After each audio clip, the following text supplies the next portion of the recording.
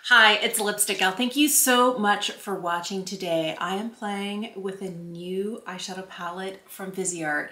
This is the Violette Vespertine, and oh, is she a stunning palette. Look at this.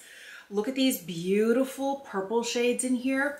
I do not have the original Violette palette. Part of that is because I'm not a purple eyeshadow person. Okay, I know. Why did I buy this? I don't know. It just looked so pretty. It was really like if you take this one shade out here, everything else was calling to me. Now my goal is to actually use some of these cooler toned kind of purpley shades today. But I'll tell you, a lot of it was the fact that this was a cool toned palette and I've been in a cool toned mood. I did recently do a video featuring the new Cashmere Charmeuse. I will link it for you here, description box down below. In the description box down below, I will also put my entire Viseart playlist. I have a lot of products from Viseart. I have a ton of eyeshadow palettes from them. And we'll take a look to see if this is similar to anything else I currently have in my collection, but let's just get started. I'm going to start right here with this shade. This one looks like it's a slightly plummy but neutral leaning matte. Make sure I don't have any unblended concealer on my lid. I don't think I do. I never really put anything on my eyelid, and I like that Viseart eyeshadows don't require that of me. Here's also where I mentioned I don't have oily eyelids. I feel like there are some brands out there that, you know, don't have a lot of pigmentation and primer helps with that, but I've never had problems with any of the mattes or the metallics from Viseart. I feel like they wear really well and they don't take a lot of effort or hand holding. This shade has a little bit more plum in it than I was expecting. In the pan, it looked like it had a little bit more of a pink lean to it, like a pink neutral lean to it. But I'm not surprised now that I'm thinking about it that this is leaning just a little bit more plum on the eyes, since this definitely has more of that cool toned purple lean to it. Okay, I'm just gonna point this out. This is my left eye, which is perpetually watering, and it's eating through concealer and powder here in my eye today. I think I'm gonna have problems getting anything to stick there, but just so you know, it's not the eyeshadows, it's my eyeball. That's just like complaining. I don't know. Sometimes my eyes water, sometimes they don't. I don't have allergies. I think it has more to do with my age, but it is what it is. I'm gonna take this lightest matte shade here. It's kind of slightly, I don't know, it's a little pink-ish, and I'm just gonna kind of blend out the edge of this eyeshadow here towards the edge and the brow bone, not really as a highlight, but more just to soften the blend as we get out towards the eyebrow. I'm gonna go into this deepest matte here, this dark plummy tone. I was like, let's just avoid it. I was like, no, let's lean in. I think that sometimes shades like this can be difficult because if you blend too much, they tend to look a little patchy just because they are purple. So I don't wanna over blend this, but I do want some depth right here in the outer corner. I feel like, you know, with the small, precise brush, I'm able to get it exactly where I want it. And then on top of that, it's working really well.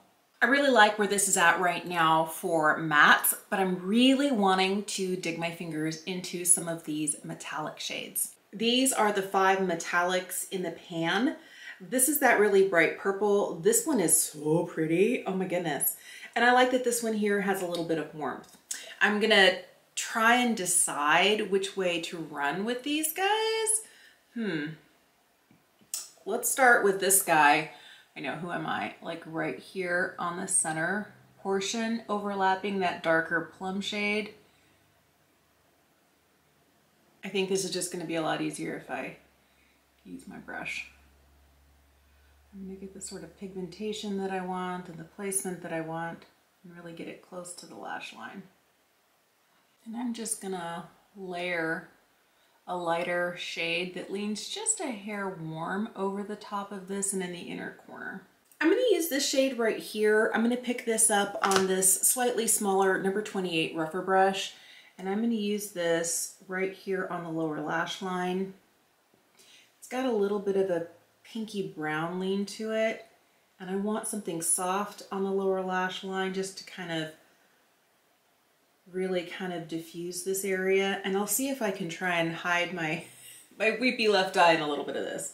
I want to pick up this slightly rosy metallic here, and I want to run some of this on the lower kind of center lash line. So I know this is not the purpliest of purple eyeshadow looks, but for me, I'm kind of surprised as I'm looking at it. I feel like it's getting just a hair washed out with the lights, but it is very much reading like purple eyeshadow, and that makes me happy. And I feel like this level of intensity where it's not too, you know, bright, like Harold and the Purple Crayon purple, is really what's working for me. And I like that it's a slightly cooler toned palette overall. I'm gonna throw on some eyeliner, mascara, maybe adjust blush and lip just a hair, and I'll be right back with some swatches.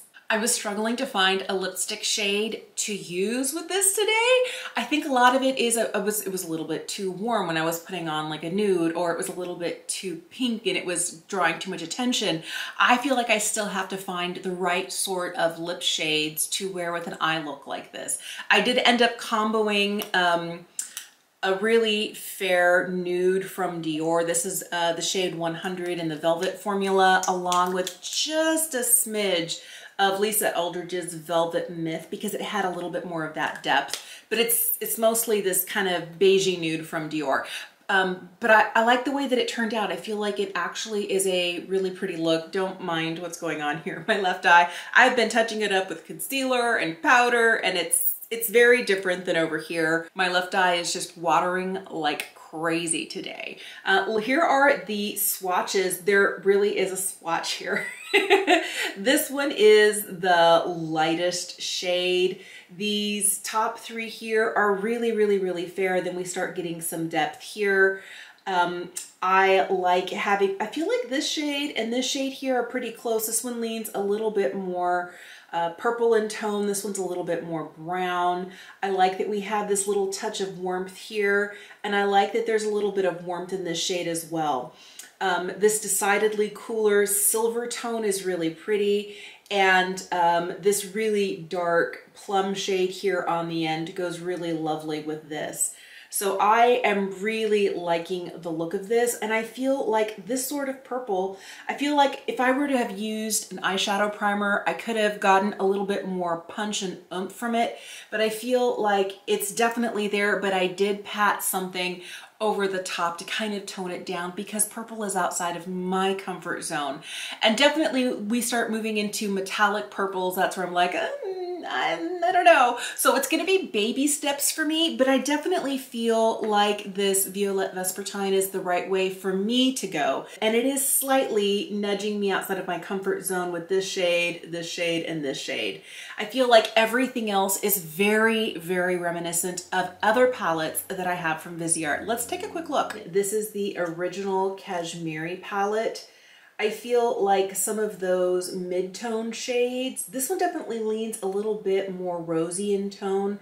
This one has some more desaturated sort of nude shades, but they're not terribly close.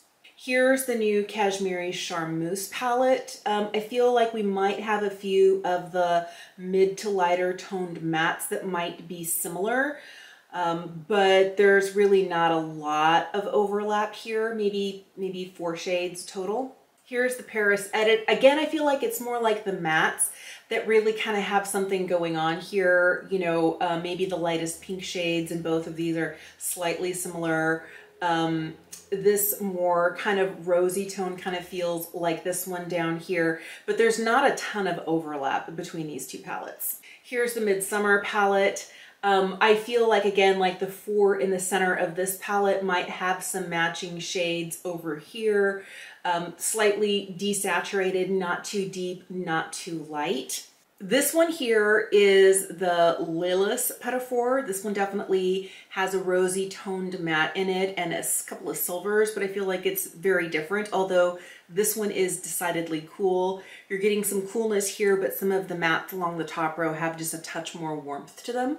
This one is the Leeless Dew. I feel like maybe these two shades here are kind of close.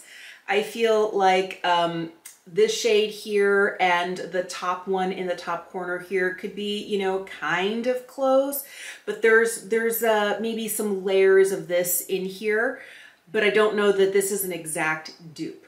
Yeah, I pulled it out just because I thought, well, maybe we have some rosy tones, but this one here is a framboise. I don't think it's remarkably close at all. Maybe like one of the mattes is maybe a little bit more desaturated here, but kind of in the same kind of tonal family. This one here is the Violetta. I think this one's really interesting, and this one tends to have some kind of warmer plum leaning tones, where the tones in here are definitely on the cooler end of the spectrum.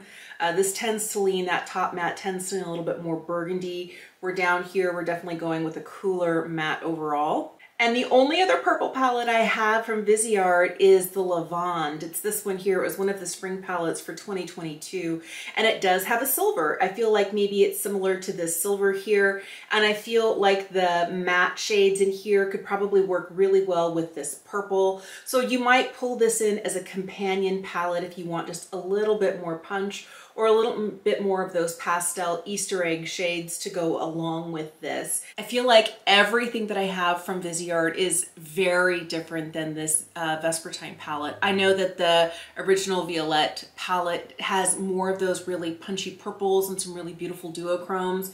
And I am really, really loving the shades in here, but I feel like this is a much more toned down, a little bit more nude leaning everyday, and less of serving a purple look. Could you get a purple look from this? Yeah, but I don't know that it's going to be as easy to do. If you really love purple eyeshadows, I would think that the original Violette palette is the way to go. This new Vespertine is for someone like me who is trying to dip their toe in purple eyeshadow.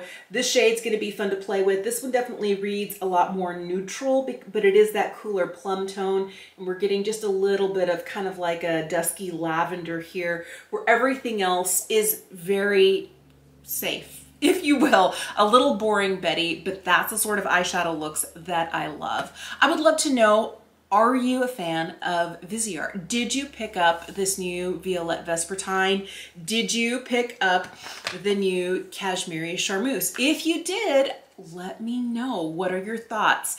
And if you have a favorite palette from Viseart, oh my goodness, I would love to know what that is. Let me know in the comment section down below. Don't forget to check the description box for my Viseart playlist. Have a fantastic day, and I will see you again soon.